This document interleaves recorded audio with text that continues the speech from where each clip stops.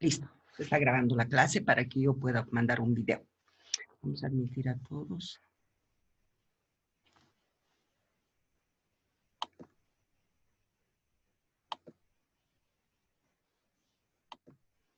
Ya. 53, 55, ya.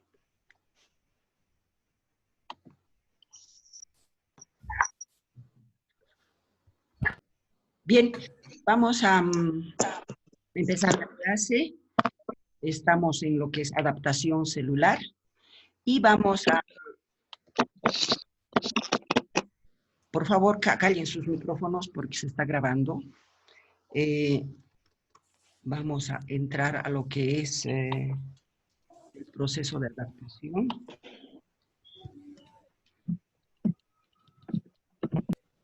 Hiperplasia hemos hecho. Callen sus micrófonos, por favor. Bien. En esta clase vamos a hablar sobre atrofia celular y atrofia de los tejidos. ¿Qué es atrofia? La atrofia, si aquí nosotros tenemos el concepto de atrofia, la atrofia celular es la disminución del tamaño de la célula por una disminución de todos sus componentes intracelulares. ¿Por qué tiene que disminuir el tamaño de las células frente a una privación de oxígeno, por ejemplo, frente a una privación de factores de crecimiento, frente a una disminución de hormonas, etcétera? Entonces la célula va a responder. ¿Y cómo va a responder? Disminuyendo su tamaño. Y disminuye su tamaño porque no necesita mucho metabolismo para responder a esto, ¿no es cierto? Es como si dijeran, esta célula está entrando en una vacación, por lo tanto que descanse y todos sus procesos metabólicos descansan. Entonces, por eso es que disminuye su tamaño celular, pero hay que entender que la disminución celular es porque también disminuyen sus componentes celulares, disminuye la cantidad de proteínas, la cantidad de lípidos, etcétera, etcétera, para una menor función metabólica y así responder al estímulo que está menos cantidad de factores de crecimiento, menos hormonas, etcétera, etcétera. Ahora tenemos que hacer una diferenciación en lo que es atrofia celular y en lo que es atrofia de tejidos. Hablamos nosotros de atrofia celular, la disminución del tamaño de las células. Pero en la atrofia de los tejidos tendríamos que decir, sí, es la disminución del tamaño de las células, pero también es la pérdida del número de las células. Entonces, esas dos cosas, porque si hablamos de tejido, estamos hablando del tamaño de las células y del número de las células. Entonces, ahí disminuye el tamaño de todas las células, pero también disminuye el número de las células. ¿Por qué disminuye el número de las células? Porque las células entran en apoptosis. Entonces, tienen que morir las células para poder ser eliminadas del tejido por fagocitosis. Y la única manera de morir de una célula sin provocar lesión en el tejido es la muerte celular programada por apoptosis. Conclusión, atrofia de los tejidos es la disminución del número de las células y la disminución del tamaño de las células de ese tejido. ¿Cómo disminuye el número de las células? Cuando las células ya no son necesarias, entonces esas células entran en apoptosis, porque la muerte celular por apoptosis no produce ninguna reacción patológica en el tejido. ¿Cuáles son las causas para la atrofia celular? Tenemos atrofia celular fisiológica y tenemos atrofia celular patológica. Entonces, las atrofias celulares fisiológicas tendrían que ser por estímulos fisiológicos. Por ejemplo, tenemos la disminución de los factores de crecimiento, disminución de las hormonas. Por ejemplo, cuando una persona, una mujer está entrando en la menopausia, tiene que haber una atrofia del útero. Por lo tanto, hay menor cantidad de estrógenos y esa menor cantidad de estrógenos nos va a llevar a una atrofia del útero. ¿No es cierto? Entonces, hay atrofias fisiológicas y hay atrofias patológicas también. La falta de actividad nos va a llevar a una atrofia patológica por desuso. Por ejemplo, una inmovilización de un miembro inferior después de una fractura, les ponen su yeso y lo que vamos a tener va a ser una atrofia muscular en el miembro inferior por desuso. La denervación también es una causa patológica que nos va a llevar a una atrofia patológica. La disminución del riego sanguíneo que nos lleva a una isquemia, esa también es una atrofia patológica. Vemos nosotros una atrofia progresiva en el cerebro, por ejemplo, cuando hay disminución de riego sanguíneo, vamos a tener lesiones en el cerebro que es progresiva. La desnutrición proteico-calórica. ¿Qué pasa en la desnutrición proteico-calórica? ¿Qué quiere decir eso? Que llega menor cantidad de nutrientes, entonces no hay muchos nutrientes para que la célula pueda sintetizar su propia energía. ¿Y qué es lo que va a pasar con estas células que no tienen nutrientes? Van a echar mano al tejido adiposo o van a echar mano a las proteínas de los músculos esqueléticos. ¿Para qué? Para convertirlas en energía, conduciendo de esa manera a una atrofia muscular. ¿Sí? Eso es lo que se explica, por ejemplo, en la atrofia muscular en enfermedades crónicas como el cáncer. La caquexia, ¿qué es la caquexia? La caquexia es la pérdida muy profunda de la masa muscular, ¿no es cierto? Entonces, pérdida del tejido adiposo, etcétera, etcétera. La caquexia que acompaña a las enfermedades inflamatorias crónicas, ¿por qué hay caquexia en los tumores malignos también? Pero también se presenta caquexia en enfermedades inflamatorias crónicas.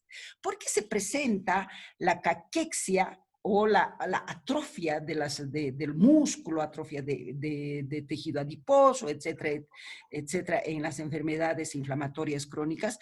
Porque se presenta una citocina, una sustancia química que se llama factor de necrosis tumoral. Esto se llama factor de necrosis tumoral. Este factor de necrosis tumoral, que es una citocina, que es una sustancia química que participa en las reacciones inflamatorias, suprime el apetito y agota la reserva de lípidos y posteriormente se va a presentar la atrofia muscular. Entonces, ese es el mecanismo para hablar de caquexia en enfermedades inflamatorias crónicas. La responsable de esa, ¿cuál es? Esta citocina, que es el factor de necrosis tumoral. Esa suprime el apetito. Entonces, estamos llegando a que no consume nutrientes y por lo tanto va a echar mano a los lípidos, va a echar mano a las proteínas de las fibras musculares y por supuesto que van a entrar en atrofia. El mecanismo de la atrofia. Vamos a ver si... El mecanismo de la atrofia, no sé si es esta o es otra. Sí, el concepto y las causas. El mecanismo de la atrofia. Para explicar el mecanismo de la atrofia hay tres formas de explicar o tres procesos que se presentan o cuatro procesos que se presentan en la atrofia. ¿Por qué esa célula se vuelve más pequeña? ¿Por qué consume sus propios componentes? Porque decimos es la disminución de la célula a expensas de todos sus componentes intracitoplasmáticos. Entonces va a haber menor cantidad de proteínas, menor cantidad de lípidos, etcétera, etcétera. Entonces, ¿cómo pierde sus proteínas? Miren, de cuatro maneras. Primero, menor síntesis de proteína. Sintetiza menos proteínas porque no tiene nutrientes o no puede tener cantidad suficiente de oxígeno. Entonces, uno, menor síntesis de proteína, pero no solamente menor síntesis de proteína, podría aumentar la degradación proteolítica por la vía de la ubiquitina proteosoma. Esto generalmente se ve en la caquexia cancerosa. Utiliza esta vía, o sea, proteólisis por la vía ubiquitina proteosoma, ¿sí? Ahora, hay otro mecanismo también. Las células privadas de nutrientes activan la vía autofagia lisosoma. Ustedes saben muy bien que cuando las células que están privadas de nutrientes van a consumir sus propios componentes proteicos. Entonces, para consumir esos componentes proteicos, tiene que formar primero una vacuola que se llama autofagosoma, ¿no es cierto? Entonces, esa es la autofagia. Ese autofagosoma luego se va a unir al lisosoma, formando el autofago lisosoma.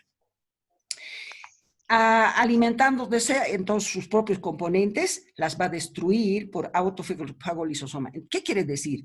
Que pierde componentes proteicos, lipídicos, por la vía de la ubiquitina protosoma y por la vía de los componentes lisosómicos. Por las dos vías pierde componentes, ¿sí? Pero sabemos muy bien que hay muchos componentes, muchas sustancias de degradación que se forman y no pueden ser eliminados hacia afuera. Entonces, ¿qué va a pasar con esos elementos degradados que no pueden ser eliminados hacia fuera de la célula por exocitosis? Se van a quedar como cuerpos residuales. Uno de esos ejemplos de cuerpos residuales es los gránulos de lipofucsina, que es un pigmento de color pardo que se ve mucho en las células atrofiadas. Y cuando tenemos un tejido atrofiado, un órgano atrofiado, se va a ver de color pardo. Eso se llama atrofia parda. Entonces, la coloración de esos órganos atrofiados es gracias a la lipofucsina, que es un pigmento de desgaste. Cuerpo residual. Los tejidos también pierden células mediante la apoptosis. Entonces, cuando nosotros tenemos que una célula entra en atrofia, estas células tienen que ser luego eliminadas porque ya no puede responder en forma normal a ese estímulo, a ese menor estímulo que le está provocando la atrofia. Entonces, ¿qué va a pasar con esta célula? La mitocondria va a captar esa información y le va a decir, nada, señor, usted entra en apoptosis. Entonces, se va a activar la muerte celular programada, que puede ser fisiológica o puede ser patológica, y por lo tanto va a entrar en apoptosis para que pueda ser eliminada del tejido esa célula. Entonces, de esa manera, los tejidos pierden la cantidad de células. La etiología está el hambre, el envejecimiento, que es fisiológico, las insuficiencias circulatorias, la presión local, la oclusión de los conductos, las hormonas, la denervación, agentes tóxicos, farmacológicos, radiaciones. Todos estos son las etiologías. Unas para la atrofia patológica y otras para las atrofias fisiológicas. ¿Cómo se ven las células atrofiadas o los tejidos atrofiados? Aquí vamos a ver lo que es la macroscopía y la microscopía. Esto no está en sus libros. En la macroscopía hay una disminución del tamaño de los órganos, ¿no es cierto? ¿Cómo se van a ver esos órganos? Disminuidos de tamaño, ¿no es cierto? Y con una consistencia aumentada, casi gomosa y pálida, o puede ser de un color parduzco. Así se ve macroscópicamente, con menor peso, con una consistencia aumentada media gomosa, o palidez, o de un color café. La microscopía, hay una disminución del tamaño de las células, los núcleos son pignóticos, hay pigmento de lipofucsina y hay aumento del colágeno intersticial. Puede haber también una degeneración gelatinosa en los tejidos y hay un colapso vascular en los tejidos. Entonces, esto hasta aquí es solamente cómo se ven las células atrofiadas y todo esto es para ver cómo se ven en el microscopio los tejidos atrofiados. Entonces, vamos a tener una colágena intersticial, una degeneración gelatinosa, un colapso vascular. Vamos a otra. Ahí tenemos, esta es la macroscopía del cerebro normal y esta es la macroscopía del cerebro atrofiado. Los surcos se hacen más prominentes, los lóbulos son más pequeños, con surcos completamente profundos, ¿sí? Es todo sobre la atrofia celular y la atrofia de los tejidos u órganos. Vamos a pasar a ver lo que es metaplasia, que es otro tipo de adaptación celular. Concepto de metaplasia. Es la sustitución, escuchen bien esto, es la sustitución de una célula madura alterada, por otro tipo de célula madura normal. pero de la misma línea germinativa. Ese cambio de una célula madura alterada por otro tipo de célula madura alterada tiene que soportar mejor la agresión que le está provocando este cambio, ¿sí? Entonces tenemos, ejemplo, un epitelio, una célula epitelial, un tejido epitelial va a ser cambiado por otro tipo de epitelio. Aquí un epitelio simple, por ejemplo, va a ser cambiado por un epitelio escamoso, porque este epitelio escamoso soporta mejor las agresiones físicas, agresiones químicas, etcétera, etcétera. Pero que no se realiza, no realiza la misma función. El nuevo epitelio que va a reemplazar al epitelio normal lesionado, no realiza la misma función, ¿sí? Entonces, ¿qué quiere decir? Como no realiza la misma función, este tipo de adaptación es un arma de doble filo. Puede ser útil cuando reemplaza una célula lesionada por una célula normal, pero también puede ser peligroso, puede ser dañina, porque son asiento de tumores malignos, de cáncer. Ejemplo les voy a dar. Después vamos a hablar de los ejemplos. Es un tipo de adaptación que puede ser reversible o irreversible, ¿sí? La metaplasia. Miren lo que yo digo. La metaplasia, la causa siempre es un agente irritante. Puede ser un agente irritante químico o un agente irritante físico. Ahí está, irritaciones físicas o químicas. Entonces, si son irritaciones, entonces quiere decir que la metaplasia siempre va a ser patológica, pero puede ser reversible e irreversible, ¿sí? La metaplasia es positiva, dice, pero podría convertirse en negativa cuando evoluciona a displasia, tumores malignos como el carcinoma o sarcoma. Vamos a ver más después por qué se hace esta adaptación. En vez de ser beneficiosa, se hace patológica, negativa. ¿Cuál es el mecanismo? El mecanismo, miren ustedes, el mecanismo de la metaplasia. Esto tienen que tomar muy en cuenta. Es una programación.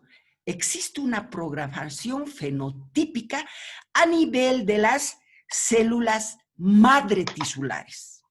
Por ejemplo, yo tengo un epitelio y ese epitelio ha sido lesionada por agresiones químicas. Entonces, tenemos células madre tisulares, que son células de reserva.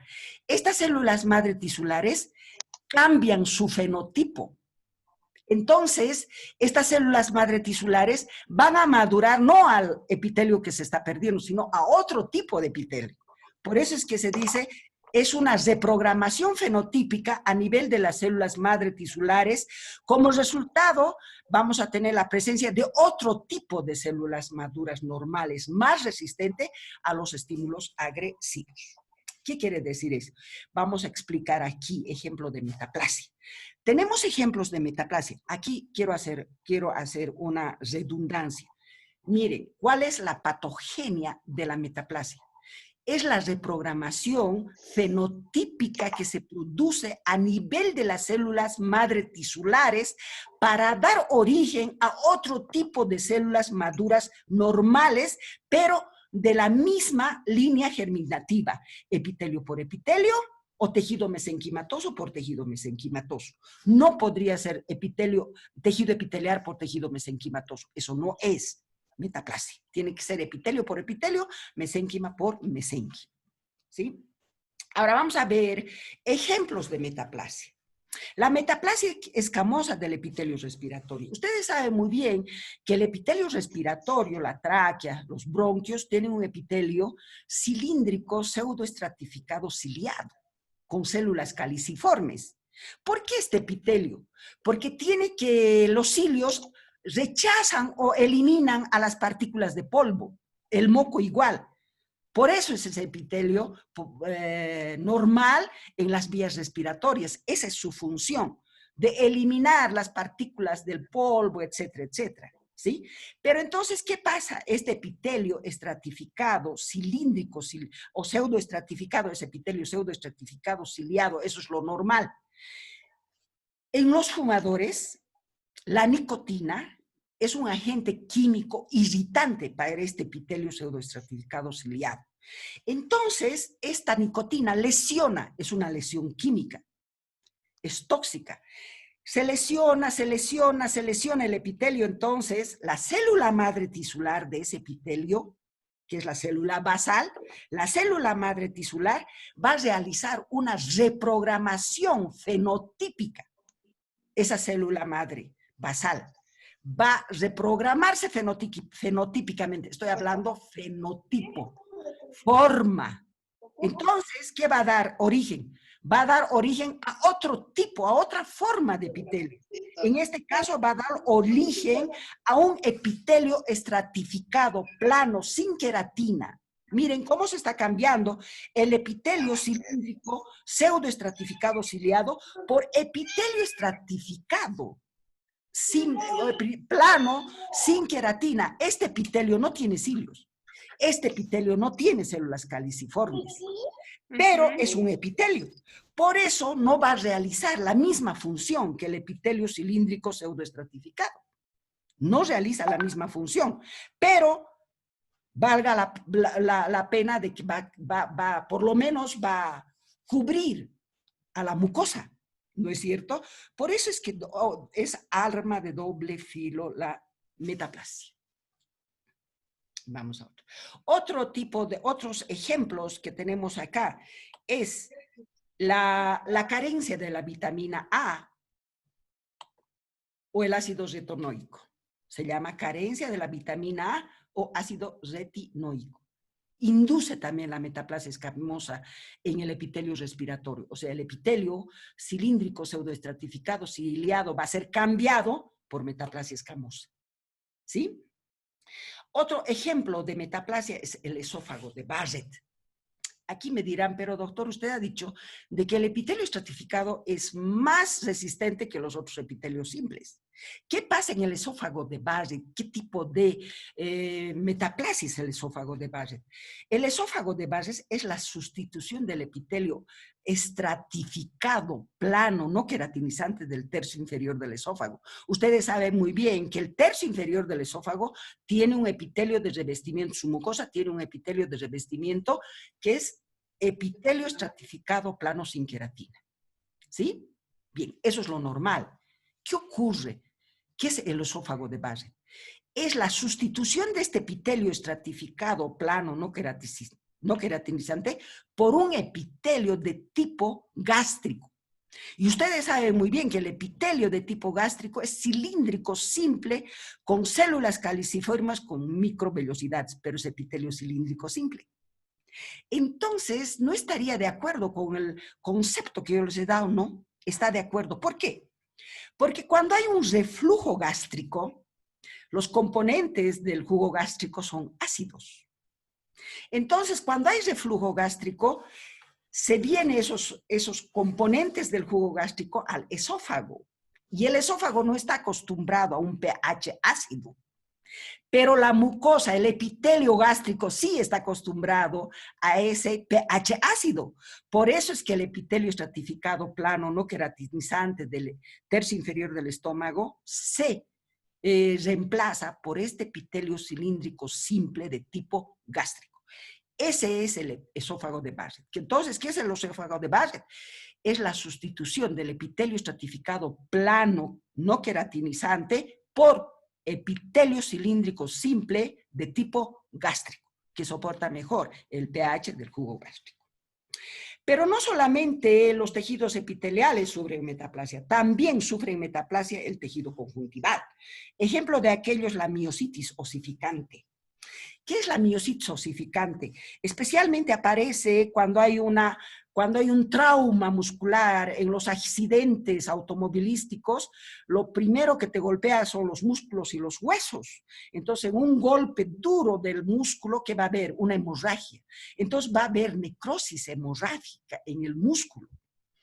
Ese músculo necrótico hemorrágico tiene que ser eliminado por fagocitosis. Y ese músculo ya no va a ser reemplazado por otro músculo, sino va a ser reemplazado por tejido óseo, por tejido cartilaginoso. Por eso se dice miositis osificante, porque ese músculo ha sido reemplazado por tejido óseo maduro normal. Entonces, el reemplazo de una célula madura normal por otro tipo de célula madura normal, pero en este caso en el tejido conjuntival o mesenquimatoso. Vamos, seguiremos. Displasia. ¿Qué es la displasia? Es una alteración a la maduración. Sí, tengo todavía. Es una alteración en la maduración de las células que se observan en los tejidos epiteliales, acompañado de variaciones en el tamaño, en la forma de las células, aumento en la irregularidad, hipercromasia de los núcleos, una disposición desordenada de las células del tejido epitelial. Las displasias se ven más en el tejido epitelial. ¿Qué es una displasia? Es la alteración en la maduración de las células. Las células inmaduras aparecen en tejidos maduros y eso no es correcto. Esa es la displasia. Claro que se acompaña de alteraciones en la forma, en el tamaño, en la coloración de los núcleos. Se hacen células más grandes, se hacen células de citoplasmas irregulares, de núcleos voluminosos, hipercromáticos, de una disposición anárquica, etcétera, etcétera. Ese es el concepto de displasia. Ahora, la patogenia de la displasia. Las causas son estímulos crónicos que alteran a las células para que no maduren y se presentan en epitelios maduros. Pero cuando desaparece la causa, esta forma de adaptación involuciona y puede llegar a ser normal. Pero si no desaparece la causa, estas pueden desencadenar en tumores malignos. Es una lesión preneoplásica. Las células sufren mutaciones en su genoma que pueden desembocar en cáncer. Esa es la displasia.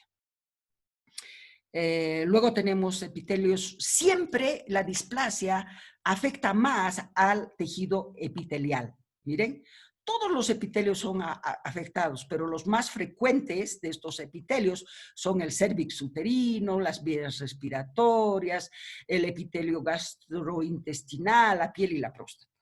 Ahora tenemos gradaciones. Esto de las gradaciones la voy a dejar para la próxima semana porque quiero explicarles cómo se dividen los tejidos epiteliales en 3 porciones para poder dar estas gradaciones.